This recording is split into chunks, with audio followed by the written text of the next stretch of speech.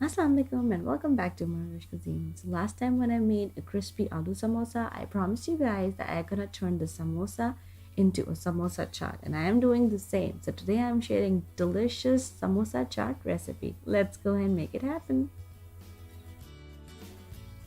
To start off the chaat, first take a serving platter, and then I'm arranging and breaking up my crispy homemade aloo samosa into pieces and arranging in this platter.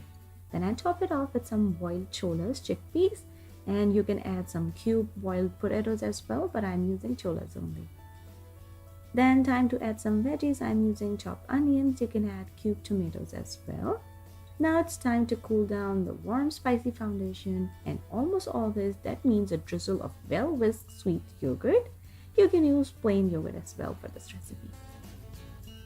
And now it's time to add some chutneys, refreshing cilantro mint chutney and tangy tamarind chutney. Drizzle them on with abandon and don't worry about the final result looking like a chaotic spice circus, because don't you kind of want to know what a chaotic curry spice circus tastes like?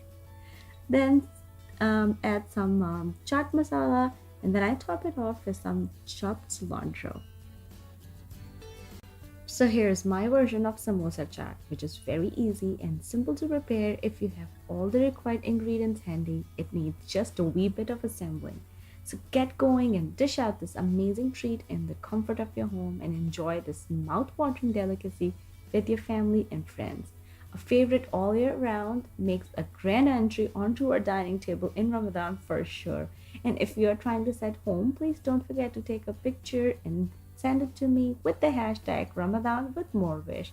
Please remember me and my family in your prayers. And once again, thank you so much for watching. And if you like this recipe, click on the links to enjoy more recipes like this.